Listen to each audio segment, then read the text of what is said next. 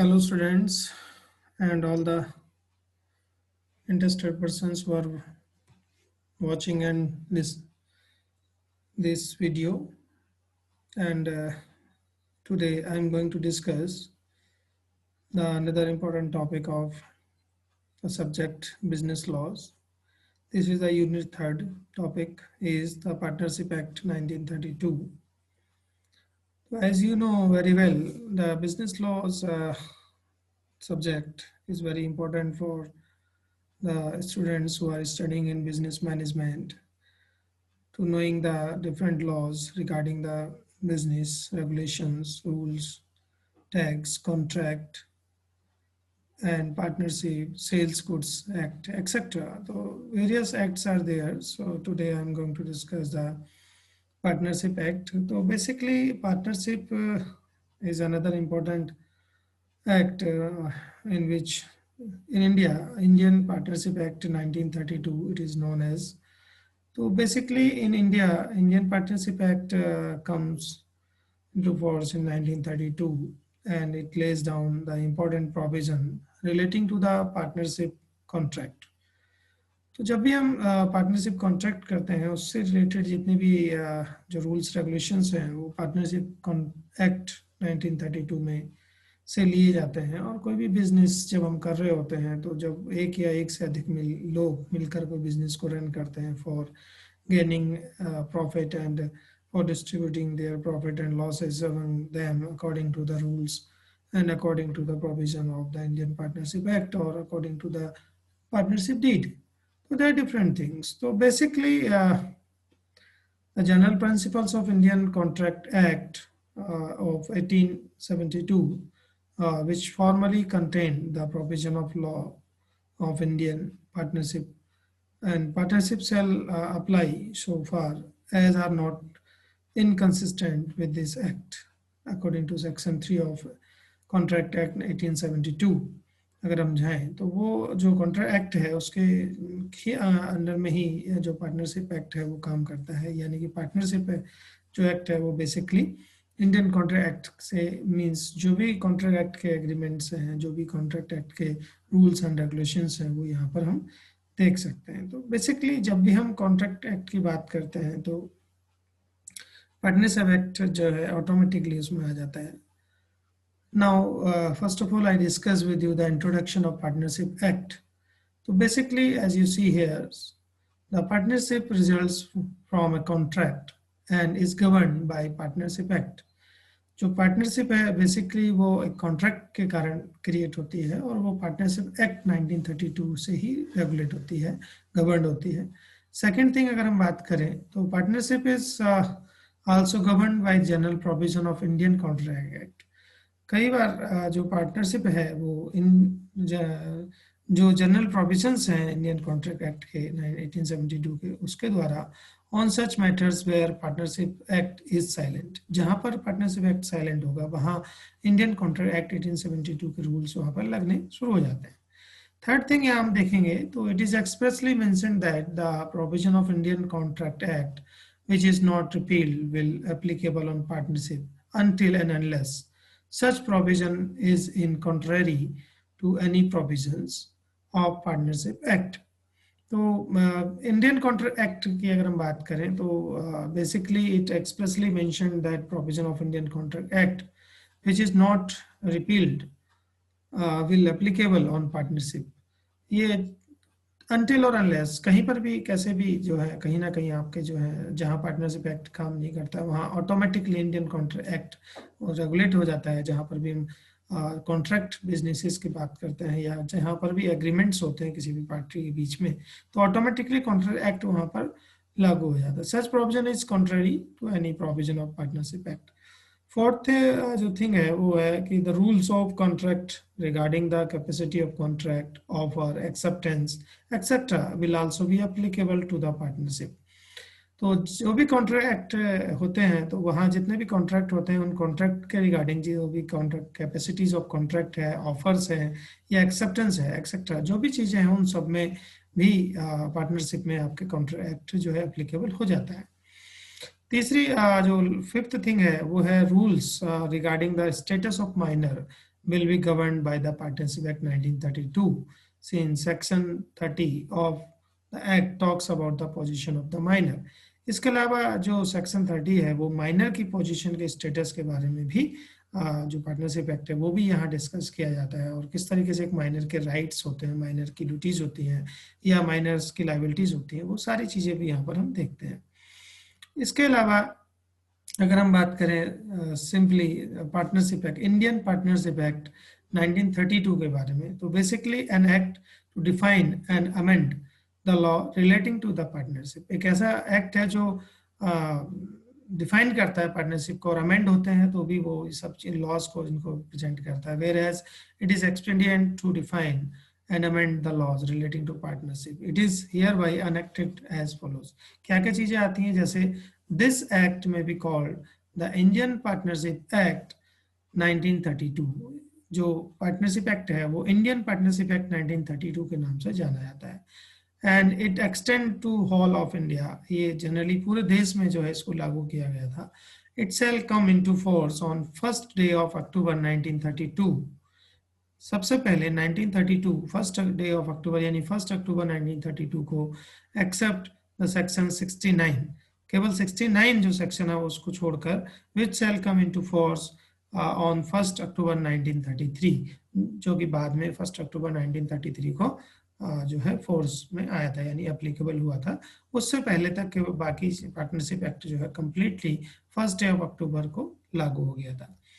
Then अगर हम बात करें कि नेचर की, पार्टनरशिप एक्ट के नेचर की, यानी कि इसमें क्या क्या चीज़ें आती हैं, तो बेसिकली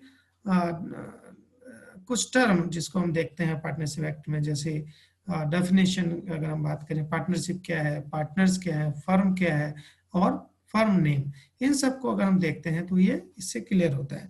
तो अंडर द पार्टनरशिप एक्ट ये चीज़ें दी गई हैं, जैसे section 4 of Indian partnership act 1932 define partnership. Partnership को कैसे डिफाइन किया गया है, इसमें ये लिखा है as the relations between persons who have agreed to share the profits of business carried on by all or any of them acting for all.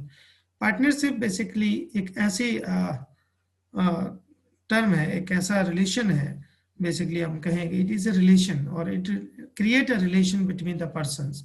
ऐसे लोगों के बीच में रिलेशंस को क्रिएट करता है या रिलेशन क्रिएट होता है जो कि एक पार्टिकुलर टर्म पर एग्रीड होते हैं, एक टर्म्स एंड कंडीशंस पर एग्रीड होते हैं, और they are agreed for sharing the profit of business carried on by all, या तो सबके द्वारा वो बिजनेस किया था, या sometimes any one of them acting for all, या एक ही व्यक्ति इन सबको के लिए बिजनेस में एक्ट करता है। तो इस तरह की जो परिभाषा है वो बताती है कि पार्टनरशिप क्या है। तो according to section 4 of Indian partnership act, partnership एक ऐसा टर्म है जिसमें जो है जितने भी पार्टनर्स होते हैं, जितने भी लोग होते हैं, 1 और 2 और मोर देन 2 एक्सेट्रा, तो वो सब मिलकर एक बिजनेस को करने के लिए, और लॉफुल बिजनेस, वैलिड बिजनेस या जो है लीगल बिजनेस करने के लिए, बेसिकली इसमें अनलीगल या अनलॉफुल एक्टिविटीज को नहीं लिया जाता है।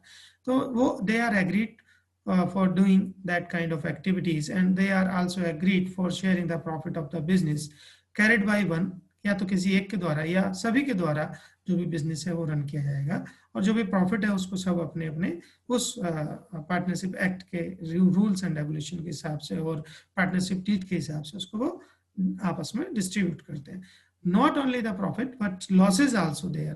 तो ऐसा नहीं है कि केवल प्रॉफिट ही अगर होगा तो शेयर करेंगे, लॉसेज होंगे वो भी इनको सबको बियर करना पड़ता है। सेकेंड थिंग अगर हम देखें तो पर्सन्स, अब हम दूसरी बात करेंगे पार्टनर की, तो persons who have entered into partnership with one another are called individually partner. कोई भी व्यक्ति जो पार्टनरशिप में एंटर करता है इंडिविजुअली, उसको हम पार्टनर कहते हैं। सेकेंड थिंग है कलेक्टिवली, अगर हम कलेक्टिवली इनको बात करें तो उसको हम फर्म कहते हैं, यानी कि एक फर्म दूसरी फर्म के साथ मिलकर बिजनेस करती है तो वो कलेक्टिवली पार्टनर कहलाता है, और उसको फर्म भी कहते हैं। जब कई पार्टनर मिलकर एक संस्था को निर्माण करते हैं तो उसको फर्म कहते हैं। And the name under which their business is carried on is called the firm name. और जो नाम हम उसको देते हैं, जैसे 3 लोग हुए, अमित हो गया और विकास हो गया और एक तरीके से चंदन हो गया, तो तो अमित, विकास, चंदन, अगर 3 लोग हैं, तीनों ने मिलकर एक बिजनेस को किया, तो हम उसका नाम देते हैं ABC, अमित विकास चंदन लिमिटेड प्राइवेट लिमिटेड फर्म। तो इस तरीके से जो नाम दिया जाता है, जिस नाम के अंडर में वो बिजनेस करते हैं, उस पार्टिकुलर नाम को फर्म का नाम कहा जाता है। तो इस तरीके से पार्टनरशिप फर्म काम करती है, जो है फॉर्म की जाती है बेसिकली। तो ऐसे बहुत सारी चीजें हम इसमें देखते हैं। इसके अलावा व्हेन एनालाइज द डेफिनेशन अगर हम बात करें, तो that is order that persons may become partners and it is essential that there must be at least 2 person. जब हम पार्टनरशिप की बात करें तो कम से कम 2 लोगों का होना जरूरी है किसी भी पार्टनरशिप के लिए। There must be relationship arising out of an agreement between 2 or more persons to do the business। और पार्टनरशिप में जरूरी है कि जब भी हम इस रिलेशंस को डेवलप करेंगे, इस रिलेशंस को बिल्डअप करेंगे या पार्टनरशिप को डेवलप करेंगे, तो वहाँ एक एग्रीमेंट बनेगा, और वो एग्रीमेंट जो है इन दोनों लोगों के बीच में, या जो भी 2 से अधिक भी अगर होंगे तो उनके बीच में एग्रीमेंट को साइन किया जाएगा, और जो भी बिजनेस को करने के लिए आएंगे। तीसरी जो चीज है वो डेफिनेशन में दिखती है, the agreement must be share the profit of the business, share must be to share the profit of the business। तो बिजनेस के जो प्रॉफिट्स हैं उसको शेयर करने के लिए भी एग्रीमेंट को क्रिएट किया जाता है, उसको भी डेवलप कर दिया जाता है। तीसरा है, business must be carried on by all or any one of them acting for all. Business जो कैरिड किया जाएगा, बिजनेस को रन किया जाएगा, या बिजनेस के जो अफेयर्स होंगे, एक्टिविटीज होंगी, उनको रन करने के लिए या तो एक व्यक्ति, जो भी एक पार्टनर, एक्टिव पार्टनर है, वो उसमें पार्टिसिपेट करेगा, या सभी लोग मिलकर बिजनेस को रन कर सकते हैं। तो ये डिसाइड किया जाता है पार्टनरशिप एग्रीमेंट में, और इसके लिए भी हमें एग्रीमेंट को बनाने की जरूरत पड़ती है। तो ऑल दिस फॉर एलिमेंट्स अगर हम बात करें, must be present before a group or an association can be held to be partners। In other words, we can say that it can be said that all the aforesaid 4 elements must coexist before partnership can be said to come into existence। जब भी हम partnership की बात करते हैं, तो partnership जब भी एग्जिस्टेंस में आएगा, तो उससे पहले इन चारों एलिमेंट्स को अकॉर्डिंग टू द डेफिनेशन अगर हम बात करें, तो इनको क्रिएट होना होता है, या इनको जो है एलिमेंट्स को जो है कोएग्जिस्ट करना पड़ता है, तब जाके पार्टनरशिप को शुरू करना चाहिए। If elements relates to the if any one of them is not proved to be present, there cannot be a partnership। अगर इनमें से कोई भी एलिमेंट आपका प्रेजेंट नहीं होता है, तो इसका मतलब है कि वो पार्टनरशिप नहीं है। The first element relates to the voluntary contractual nature of partnership। पहला जो एग्रीमेंट हमने बताया कि there must be at least 2 persons, तो ये होना चाहिए, यानी कि फर्स्ट एलिमेंट जो है ये कॉन्ट्रेक्चुअल नेचर ऑफ पार्टनरशिप को प्रेजेंट करता है। सेकंड जो एलिमेंट है, it gives the motive which leads to formation of the firm. Second जो एलिमेंट है वो है, there must be a relationship arising out of agreement between 2 or more person to do business. यानी कि किसी भी बिजनेस को, किसी भी एक्टिविटी को, किसी भी फर्म को, संस्था को फॉर्म करने के लिए एक वॉलंटरी कॉन्ट्रेक्चुअल जो है वो क्रिएट करता है, और जो कि आपकी मोटिव को लीड करता है। तीसरा जो टर्म है वो है show the persons, that the persons of the group who conduct the business. कौन जो है इस बिजनेस को करेगा, क्यों जो है इसको किया जाएगा, और जैसे कि कोई एक आदमी करेगा, एक पार्टनर करेगा, या सारे पार्टनर मिलकर बिजनेस को करेंगे, या सबकी सहमति से एक पार्टनर बिजनेस की एक्टिविटीज को रन करेंगे। तो ये चीजें आपको देखनी होती हैं। इसके अलावा हम देखें तो मोटिव क्या है, प्रॉफिट अर्न करना, प्रॉफिट को अर्न करके फिर आपस में उसको डिस्ट्रीब्यूट करना। तो so the persons of the group that conduct the business to do so and against agent for all the business of the group and therefore liable to account to all the persons in the group. तो सारी चीजें इसमें हम देखेंगे, क्या activity है, किस तरीके से इसको किया जाएगा। तो बेसिकली कई सारी चीजें हम इसमें जो है डिस्कस करते हैं।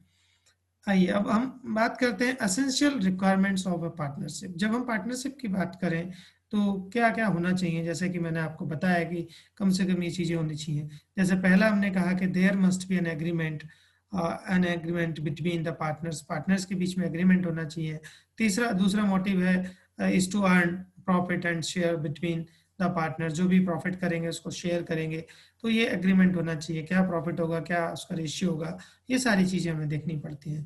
Third thing, agreement must be carry out the business jointly or by any one of them acting on the behalf of all as an agent या of all etc। तो इस तरह की चीजें जो है हमने आपको बताई, ये डिस्कस किया। तो ये आपको ध्यान में रखना है कि जब भी हम पार्टनरशिप करेंगे तो ये एसेंशियल रिक्वायरमेंट्स आपको होनी चाहिए, या एलिमेंट्स जो हैं इनको हम कह सकते हैं, इंपॉर्टेंट एलिमेंट्स हैं जो पार्टनरशिप में आते हैं। लाइक फॉर एग्जाम्पल, हम दो एग्जाम्पल आपके सामने रखते हैं। जैसे mister Ram and mister Mohan buy 100 tons of cotton and agree to share it among them. जब दोनों मिले और इन्होंने कॉटन खरीदा 100 ton, but they agree to share it among them, लेकिन उन्होंने एग्री किया कि हम दोनों इसको आपस में बांट लेंगे।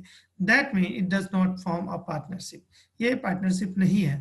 Because as they had to no intention to carry out the business or there is no intention to earn a profit. ना तो बिजनेस को रन करने का कोई मोटिव है, ना ही बिजनेस को में प्रॉफिट अर्न करने का मोटिव था। तो यहाँ दो चीजें नहीं है, कोई एग्रीमेंट तो है बट मोटिव नहीं है। जब तक ये तीनों चीजें नहीं होती हैं, तीनों मोटिव एसेंशियल एलिमेंट नहीं होते हैं, तब तक कोई पार्टनरशिप क्रिएट नहीं होती है। अब दूसरा इसी का हम देखते हैं। If mister Ram and mister Mohan buy 100 tons of cotton and they agree to sell for their joint account, and this forms a partnership, and Mr. Ram and Mr. Mohan are considered as partners। जब दोनों मिले, mister Ram और mister Mohan, दोनों ने 100 ton cotton खरीदा और उन्होंने agree किया कि हम इसको सेल करेंगे फॉर जॉइंट अकाउंट, और इसको फिर हम जॉइंटली सेल करेंगे और इसका जो भी प्रॉफिट होगा वो आपस में डिस्ट्रीब्यूट करेंगे। तो ये एक बिजनेस टर्म आ जाएगा, इसलिए बिजनेस भी हो रहा है और ऑन बिहाफ ऑफ ऑल दोनों बिजनेस कर रहे हैं और फॉर द प्रॉफिट अर्निंग के लिए कर रहे हैं। तो दिस फॉर्म्स अ पार्टनरशिप, इस तरीके से पार्टनरशिप क्रिएट होगी दोनों के बीच में और इनको पार्टनर्स के रूप में देखा जाएगा। इसके अलावा अगर हम देखें तो और भी एसेंशियल्स हैं पार्टनरशिप के, जो जैसे कि it is a business organization where two or more persons agreed to join together to carry out the business for purpose of earning profit. ये आपको देखना पड़ेगा।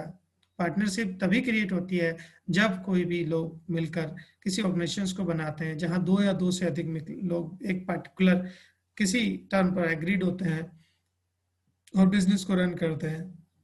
पर्पस है अर्निंग करना, प्रॉफिट का, और उसको शेयर करना। दूसरी चीज है, it is an extension of sole proprietorship. अगर हम देखें तो सोल प्रोप्राइटरशिप का एक्सटेंशन है, यानी सोल प्रोप्राइटरशिप में हम एक इंडिविजुअल जो है अपने बिजनेस को करता है सोल, और जो पार्टनरशिप में एक से बढ़कर दो हो जाते हैं, दो या तीन मिलकर भी उस पार्टनर, तो एक extension of partner sole proprietorship है। एग्रीमेंट है। दूसरा डीड ऑरल और रिटर्न होना चाहिए। एग्रीमेंट होगा, डीड बनेगी, ऑरल या रिटर्न जो भी हम करते हैं, और यूजुअली रिटर्न ही होती है जो भी डीड हम बनाते हैं, पार्टनरशिप डीड या जो कॉन्ट्रैक्ट हम डेवलप करते हैं। प्रॉफिट मोटिव होना चाहिए। प्रॉफिट और loss must be shared in agreed proportion. जो भी प्रोपोर्शन डिसाइडेड है उस प्रोपोर्शन में जो है हम प्रॉफिट एंड लॉसेस को शेयर करेंगे between among the partners and etc। in the absence of any agreement then equally irrespective of capital contribution, अगर कोई एग्रीमेंट नहीं है प्रॉफिट का तो इक्वली डिस्ट्रीब्यूशन जो है इसमें प्रॉफिट का हो जाता है। तो then the partnership act does not recognise separate entity. लेकिन पार्टनरशिप को भी जो है पार्टनरशिप एक्ट में इसको सेपरेट एंटिटी नहीं कहा गया है, but that means partnership firm has no separate entity, यानी कि लाइबिलिटीज अगर क्रिएट होती हैं तो पार्टनर्स की कोई जो है वो उसमें क्रिएट होती है। Partners liability is unlimited, joint and several for all debts of the firm. तो जो लायबिलिटीज है पार्टनर्स की वो अनलिमिटेड होंगी और जॉइंटली होंगी, ऐसा नहीं है कि अलग अलग है। तो जिसकी जितना कंट्रीब्यूशन है, जितने कैपिटल फॉर्मेशन है, उसके हिसाब से फिर हम पार्टनरशिप में इसको देखते हैं। इसके अलावा मिनिमम नंबर ऑफ पीपल्स की अगर हम बात करें तो they are minimum number in the partnership is 2। कम से कम 2 लोग मेंबर होंगे तभी जाकर पार्टनरशिप का निर्माण होगा, but the maximum number is 10 in case of banking business and 20 in case of another business activities. तो अगर हम केवल सिंपल पार्टनरशिप की बात करें तो 2 लोगों का होना जरूरी है, लेकिन अगर हम कोई अन्य फर्म की बात करते हैं, बैंकिंग बिजनेस की अगर हम करने जा रहे हैं तो कम से कम 10 पार्टनर्स होने जरूरी हैं, और अन्य कोई बिजनेस करते हैं तो उसमें मैक्सिमम जो है 20% हो सकते हैं। तो ये जो है आपका पार्टनरशिप का बेसिकली जो है टर्म इसमें आता है। इसके अलावा जो अगर हम इसको डिफाइन करें तो यहाँ पर कई सारी चीज़ें आपकी देखने को मिलेंगी, जैसे कि association of to or more persons, इसमें हम देखें तो वो हो सकता है, यानी कि जो भी पार्टनरशिप है वो कम से कम दो या दो से अधिक लोग होते हैं, तभी जा